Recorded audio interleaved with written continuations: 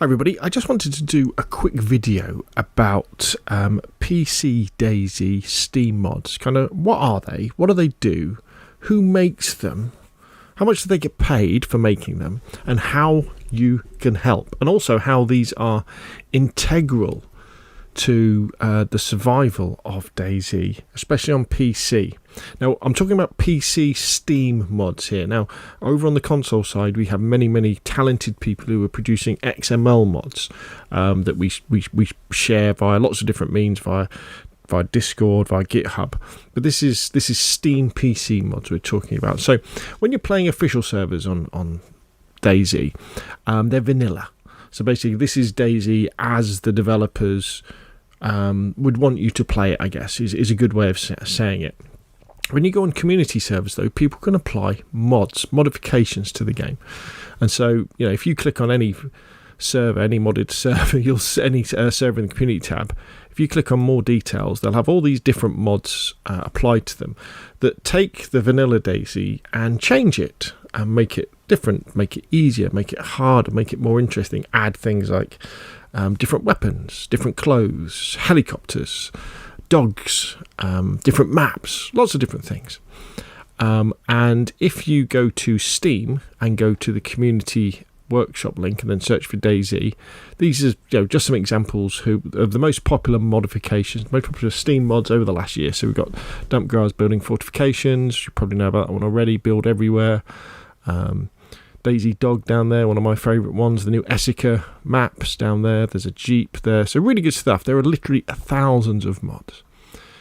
Now, let's use Dumpgrar as an example with his building fortifications mod. So what this does is this enables you to fortify existing structures inside DayZ. So you can go into an existing house and you can put plates or planks over the window to secure it, to stop people glitching through the window or climbing through the window or coming into the doors, which I think is a really cool idea, because if you were in the apocalypse, you wouldn't really be building another fort, would you? You'd probably be taking an existing structure and adapting it. This enables you to do this.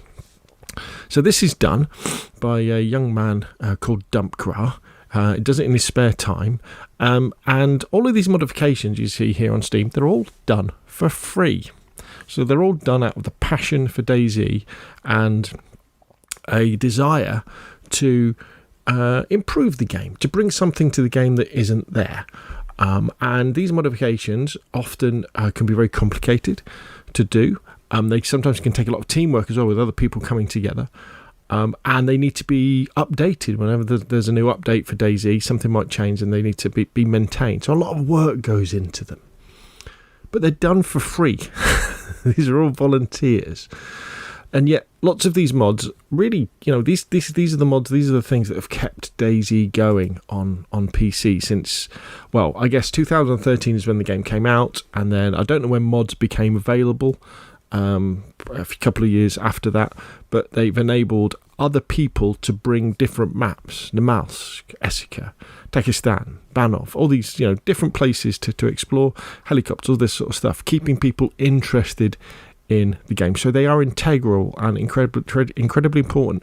But the catch is, it takes an awful lot of work to come up with these mods, and it takes even more work to keep them maintained. So, as Boydie would want on the DayZ podcast, and I kind of agree with him quite a lot on this, is that I think as DayZ players, if you play DayZ a lot on PC, and you enjoy playing on community servers where there are mods, you should consider, hopefully, thinking about helping maybe one of the modders. So let's take Dumpgrar for an example. So I really like his mod. I think this mod is something that I would want to have in the vanilla DayZ game, the ability to do this. So, how can I support Dumpgrar? Well, if you go down into his description on Steam, you'll see you can join his Discord. There's his Patreon link there as well. Hopefully he would have like a PayPal link somewhere, and link to his YouTube channel, so that you can, there's a link to his YouTube channel so that you can watch his videos, because simply by watching his videos and subscribing to his YouTube channel helps as well.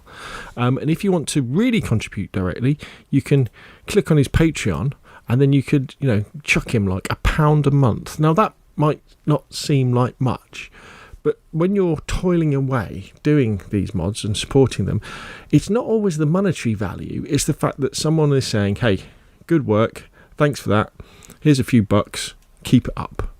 And now I'm not saying everybody should support lots and lots of different modders, but maybe if you could consider supporting one modder. So the next time you're going into the DayZ launcher to whichever server that you go on, maybe just sort of have a look at the mods that are on that server and think, oh yeah, I really love CodeLock. CodeLock's a classic one, isn't it? It's transformed base building because you can have such easy access to bases without having to muck around with combination locks. Why don't you go over to the CodeLock page on Steam in the workshop and see if there's a Patreon link or a PayPal link to chuck the author a couple of bucks a month. Zombie admin tools, the guys at DayZ expansion, Dab, inclement Dab, throw him like a buck. Just choose one and support them that way, because there's millions of people who play DayZ on PC, and if just a couple of % support these modders, look, we're not going to give them a full-time job, but what we are going to give them is that pat on the back and that encouragement to carry on doing the amazing job they do, to keep making this amazing game that we love to play so brilliant, and encourage them to bring more and more things to the game. So there we go. Hopefully you found that useful. Hopefully you'll know a little bit more now about how mods work and who makes them, and the fact that it'd be really cool if we could support them. What do you think though? Put your questions and comments down below, and I will of course see you again soon.